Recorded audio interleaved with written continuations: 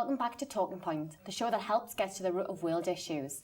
We still have Georgia Gola and Steve Speed here in the studio, and they are ready to answer your questions about the water problems in Kenya. So far, we've compiled the best ones from Twitter and Facebook, but we love hearing what you have to think, so keep sending them in. We might be able to fit some in at the end of the show. Our first question comes from Stephen in Lancaster. He asks, why isn't the Kenyan government using water catchment schemes to help meet demand? Quite apart from the fact that, water is a scarce resource in the country, I think there have been a number of attempts to establish these water catchment schemes. But again, they're expensive. But I think the main reason why they're not working is mainly because of poor management. Around the country, there have been lots and lots of water schemes, but because of poor management, most of them have failed. But equally, one might perhaps argue that, water has become sort of a political issue in the country. It's been politicized to the extent that, politicians actually use it as a way of getting votes. And to that extent, then, making it scarce actually works in the interest of the politicians because they can actually use that as a form of patronage, if I may. We now have a video question. Hi, I'm Rachel from Liverpool, and I want to know what they did before the pipeline. Well, before the pipeline, there used to be a river that ran through that area called the Nolteresh River, and the pipe was actually built from the source of that river. So there's a spring still there, and you can actually see on one of the clips we've just seen where people are walking across a pipe that is right by the source of the river, and the land is very lush there. It's very green. There's lots of trees and plants around that area, and so people would actually get water from that river. But since the pipe has been built, the water is now channeled through that pipe, and so the river itself has run dry, and so people don't have access to it now. And that causes a whole range of different problems to do with the ecosystem in that area because it has wider implications. Okay, David from South London asks, what specific problems are experienced by Maasai during the scarcity of water?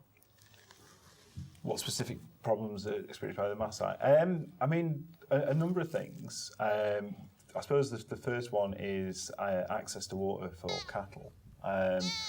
They're having to travel further to get access to water in times of droughts as well. There was stories of having to take cattle nearly as far as Mombasa, which is right on the coast, to get to water. So I would say that's probably the most pertinent problem that they face. We have another video question now. Hi, I'm Sarah from Manchester. How has the pipeline affected healthcare in the region? I think with the pipeline came sort of urbanization, and whenever you've got sort of large populations congregating within specific areas, there's likely to be sort of a scarcity of a number of resources. Quite apart from water, there are also other things that other pressures that arise from a number of people congregating in a small towns. So and that of course. Comes with, again, other pressures to the extent that, you've got, for instance, lorry or truck drivers, driving from Mombasa to the hinterland, right up to Sudan and of course, Uganda. And they've always been said to be, the best way, tragic though this might be, through which HIV/AIDS, for instance, is sort of spread. Around the region.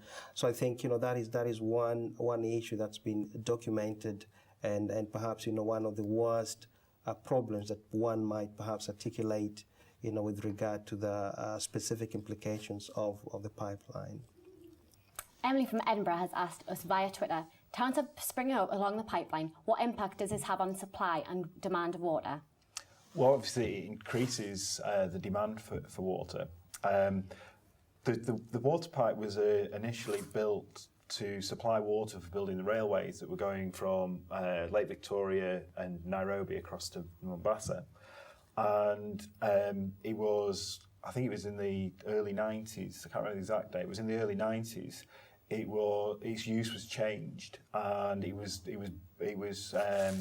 the volume of water going through it was increased so it could supply water for towns such as Sultan Hamad, which is further north of the source of the pipe. So that's actually, in effect, actually, those towns growing has meant more water has been going through the pipe and has actually meant there is even greater scarcity nearer the source of the pipe.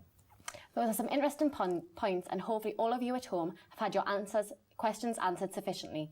Unfortunately, that's all we have time for today. However, don't forget you can continue the discussion online. Just go to our website at channel4.com/talking points to join in the debate.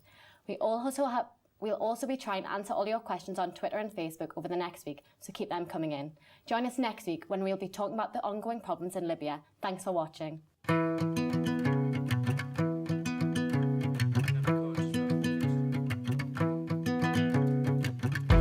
I wonder why beneath the sky, there's nowhere to fly. No, no, no.